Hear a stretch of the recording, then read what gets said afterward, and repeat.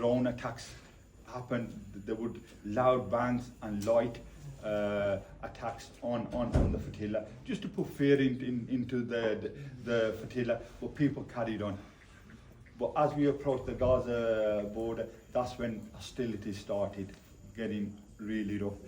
They used water cannons on the boats, they used seawater. I mean, like I said, the seating area of my particular boat was just about this much, and the wheel was there where the captain was. So we would sit here, it was open all round, all three areas they would bring up the boat right next to us and use a cannon, water cannon, to blast the seawater, salty water.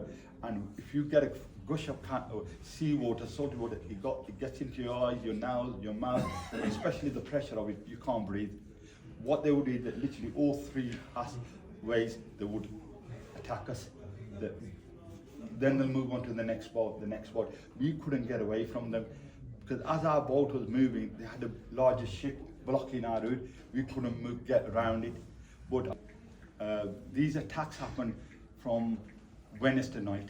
It carried on. They boarded some. Then they got the eye of Navy coming. They boarded some boats. They took over some boats, intercepted them. They captured them and took them to port.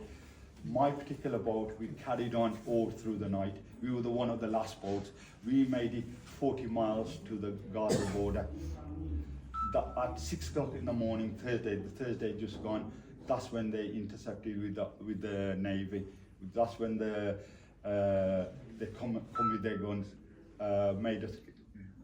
So we knew what the training was. We just put our hands up, heads down, and they instructed us to move to the front of the boat. As if you know, the front of the boat is very unstable. Well, for someone like me, it's very unstable. That raises up and down the most. At the back, you don't feel it as much. We have to sit at the front with our hands up, heads down, and we put it where the Muslim sisters with us with hijab on, the elderly lady. I don't know if you've seen my video when I landed in Manchester. Yeah. The sister on a wheelchair. She's over 72 years old. She had a broken leg with an iron plate in it. She was treated exactly the same as a fit and healthy person. Behaviour, you know the plastic zip ties? They tied all our hands. Oh my goodness. And they made, again, sitting on the floor, you can't move. No matter who you are, not what age you are, male, female, everyone was treated the same. Some ties were so hard, people circulated. Literally they had to beg the police to release the tightness. What they would make us sit with the head down. They wouldn't let us move side to side. We had our bags to the side. You know, for comfort, you try to move to the side, just lean on one side, then lean on. They would not. If we lean to one side, they just come and grab us and make us sit. But if you practice sitting on the floor, we're not used to that. You get right down your spine, down your back. But they didn't care. We were hours on the floor. Not a single glass of water was given us. If prisoners have rights, we weren't prisoners, but they made us as prisoners. No food was offered to anyone. People were there before I arrived. So how many hours?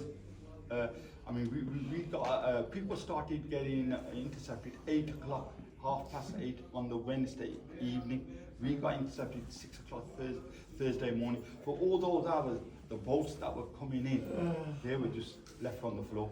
They had not a glass of water or any food, nothing. They took us into the processing system.